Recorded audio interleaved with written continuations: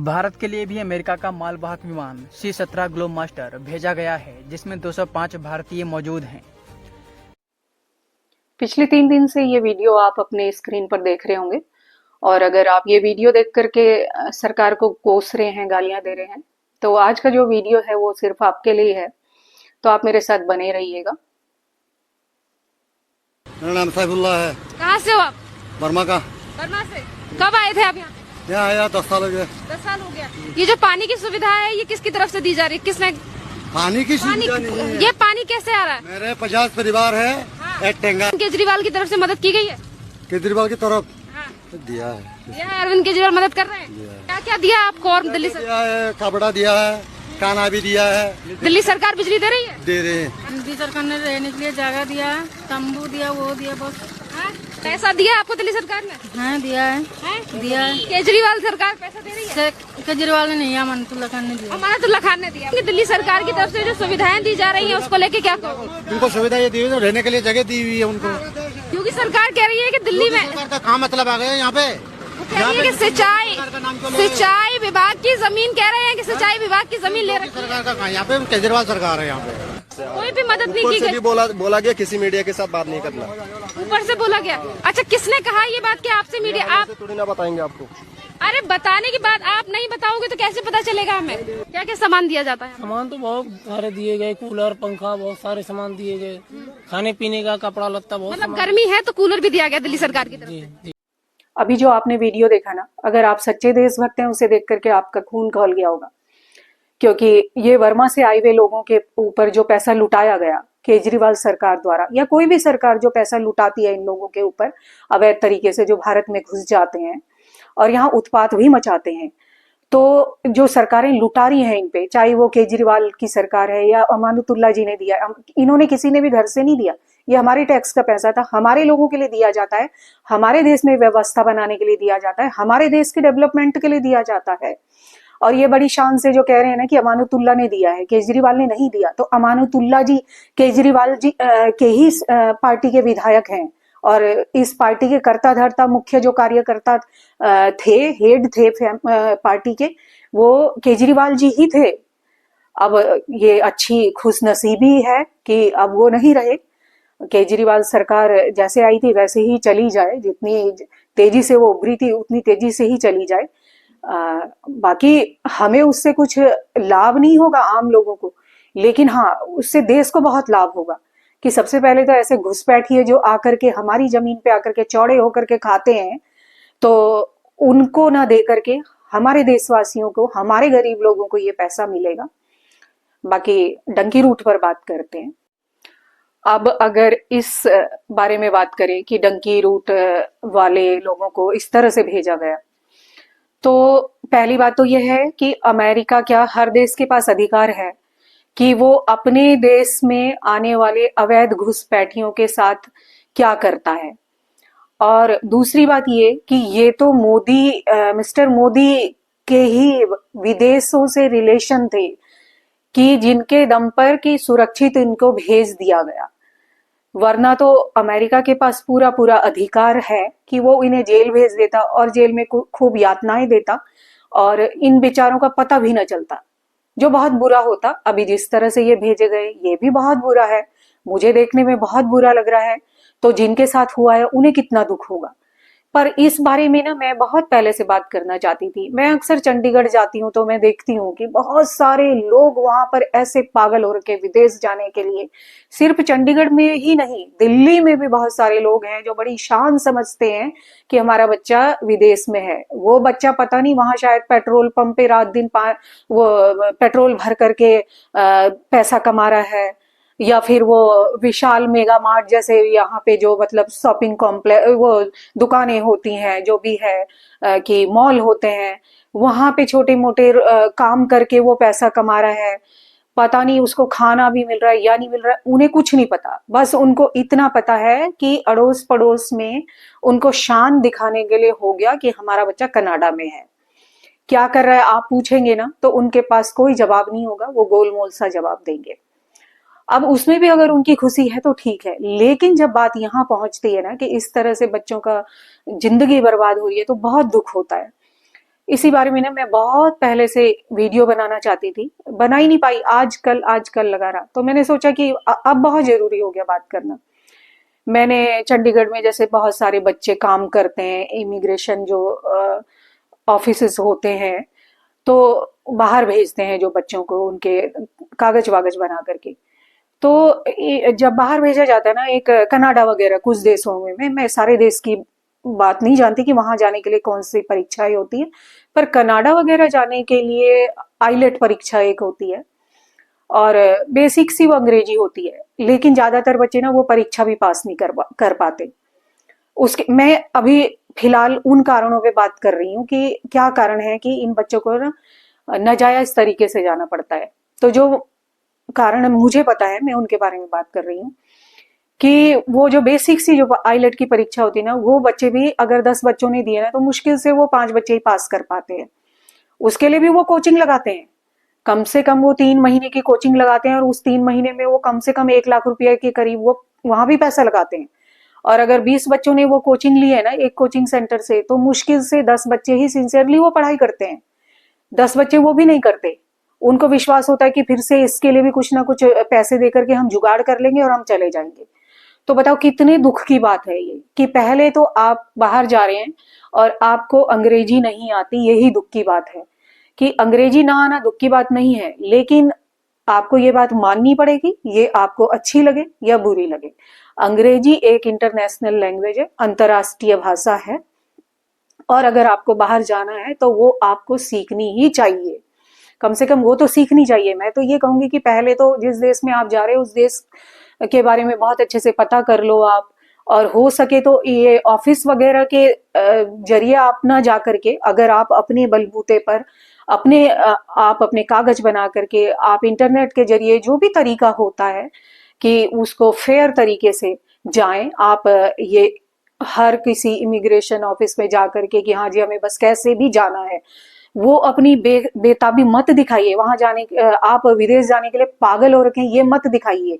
बहुत आसानी से आपको कोई भी बेवकूफ बना देगा, क्योंकि आपको एक तो पहले ही जानकारी नहीं है, ऊपर से आपको कुछ आता जाता नहीं है, आपके अंदर स्किल नहीं है, तो आपको बहुत आसानी से वो आपके इस बेवकूफी का बहुत अच्छा फायदा उठाएंगे। उनका कुछ ही नहीं जा रहा, मोटा पैसा कमाएंगे। अगर बहुत गई गुजरी अवस्था में भी आप जाते हैं, कम से कम 25 लाख रुपया ये लोग लेते हैं, 25 से 50 लाख तक ये लोग लेते हैं, और सिर्फ ये तो कागज बनाने के लिए लेते हैं। उसके बाद और उससे पहले जो आप पायलट वगैरह के लिए वो करते हो, कपड़े लेते हो, बहुत सारी चीजें लेते हो, तो उस सब के लिए आपको कितना पैसा लगाना पड़ता है, 1-1 करोड़ रुपया तक आपका लगता है, और उसको आप कभी भी फिर भी गंभीरता से नहीं लेते। अरे भाई आप आईलेट पढ़ने जा रहे हो तो कम से कम पहले ही तैयारी करो। अगर जैसे ही आपके दिमाग में आता है, 13-14 साल के बच्चे वहां आकर के कोशिश करने लग जाते हैं कि हम निकले यहाँ से। पहली तो मेरी समझ में ये नहीं आता कि आप लोग जा क्यों रहे हो वहां। किसी भी देश में आपको बिना मेहनत करे हुए कुछ भी नहीं मिलेगा, और अगर आपकी किस्मत बहुत तेजी पर है तो आपको अपने देश में रह करके भी मिल जाएगा। फिर दूसरी बात है कि जो माँ बाप भेज भी रहे हैं वो थोड़ा ये तो सोचें। मैं जानती हूँ माँ बाप बच्चों को जो बहुत ज्यादा प्यार करते हैं ना, तो वो उनके गलत सही को भी सही मान लेते हैं, और बच्चे तो बेचारे होते ही इस उम्र में यहाँ से सुन लिया, वहां से सुन लिया, अपने दोस्तों से सुन लिया, दोस्त वहां पर चाहे कहीं वो कर रहा होगा, झाड़ू लगा रहा होगा, और झाड़ू लगा करके कुछ किसी तरह से अपना गुजारा कर रहा होगा, लेकिन यहाँ बताएगा कि बाप रे वो तो इतने डॉलर कमा रहा है, इतने बक्स वो कमा रहा है। तो ये चीजें बच्चों को पता ही नहीं होती, बच्चे तो नहीं गहराई से सोचते ना, और माँ बाप बच्चों की जिद के आगे हार जाते हैं। तो पहली बात तो मैं यही कहूंगी कि 40-50 लाख रुपए या 25 लाख रुपया या आप 15 लाख रुपए भी लगा रहे ना, ये बहुत बड़ी रकम है। आप भारत में रह करके, अपने देश में रह करके कोई भी छोटा मोटा धंधा करके आप इससे बहुत अच्छा कमा सकते हैं। और बाकी आप अगर कहें कि यहाँ पे रोजगार नहीं है, तो ये तो आप बहुत बड़ी मतलब अपने आप को बेवकूफ बना रहे हैं कि रोजगार तो भाई कहीं भी आपको ऐसे बैठे बिठाए मिलता नहीं है, पढ़ना पड़ता है, और अगर आप पढ़ोगे तभी आपको व्हाइट कॉलर जॉब मिलेगा, नहीं पढ़ेंगे तो आपको अपने देश में भी विदेश में भी कोई ऐसा छोटा मोटा धंधा ही करना पड़ेगा, या फिर छोटी मोटी ही नौकरी आपको मिलेगी। कहीं भी आपको बैठ करके कोई भी आपको रोटी नहीं देगा। ये बात आप कान खोल करके सुन लीजिए। दूसरी बात रही आईलेट परीक्षा भी आप पास नहीं करते, उसके लिए भी माँ बाप पैसा लगाते हैं, आपको भेजते हैं कंपटीशन वहां पर, कोचिंग सेंटर जो होते हैं आईलेट की कोचिंग देते हैं, वहां भी जाके आप लोग सीरियसली पढ़ते नहीं है। तो पहले से ही, और फिर दूसरी बात यह है कि वहां पढ़ते नहीं है वो तो एक अलग बात है ही, और उसका जो मुख्य कारण है ना कि भाई वहां क्यों नहीं पढ़ पाते हैं ये बच्चे।